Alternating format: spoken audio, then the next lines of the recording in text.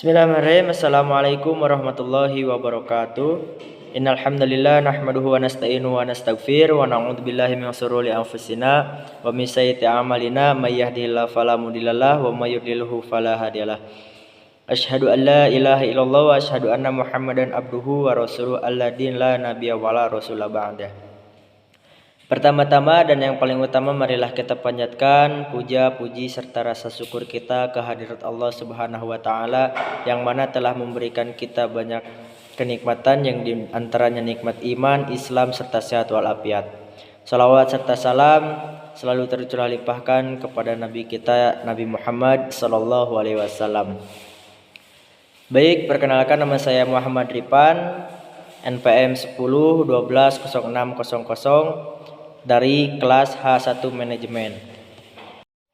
Baik, di sini saya akan menjelaskan tentang ma'rifatullah. Apa itu ma'rifatullah? Ma'rifatullah berasal dari kata ma'rifah dan Allah, yang berarti memahami dan mengenal Allah.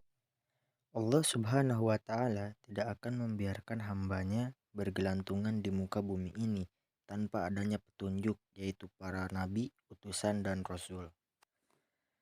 Adapun halangan-halangan dalam mengenal Allah Subhanahu wa Ta'ala, secara garis besar terdapat dua hal yang menghalangi manusia dalam mengenal Allah Subhanahu wa Ta'ala.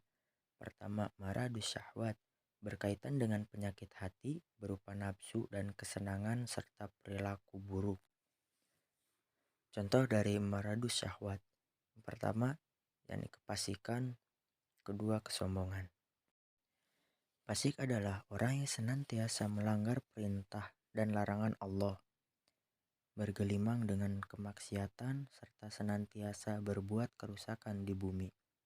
Mereka hanya memikirkan kehidupan dunia saja, tidak memikirkan kehidupan di akhirat nanti.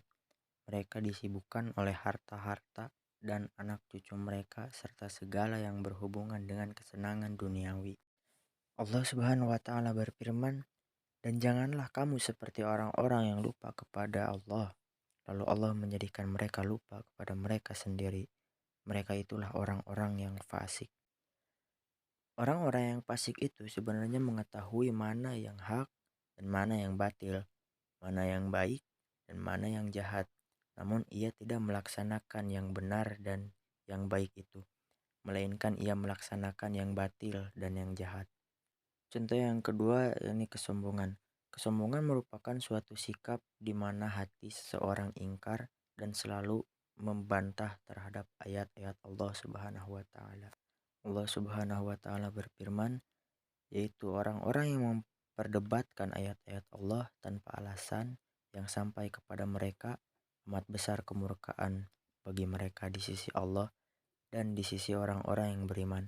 Demikianlah Allah mengunci mati hati orang yang sombong dan sewenang-wenang.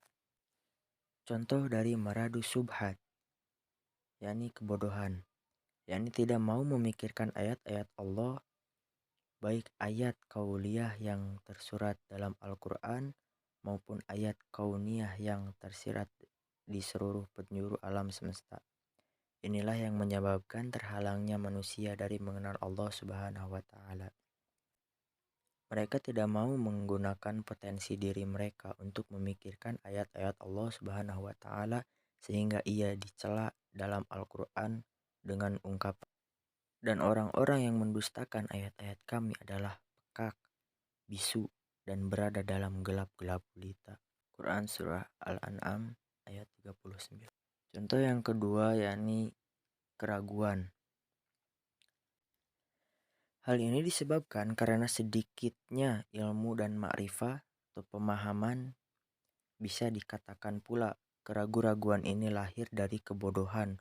Begitulah orang-orang munafik selalu berada dalam kondisi terombang-ambing antara iman dan kafir. Allah Subhanahu wa Ta'ala berfirman, mereka dalam keadaan ragu-ragu antara yang demikian, iman atau kafir. Tidak masuk kepada golongan ini orang-orang beriman, dan tidak pula kepada golongan itu orang-orang kafir. Maka kamu sekali-kali tidak akan mendapat jalan untuk memberi petunjuk baginya. Quran Surah Nisa ayat 143.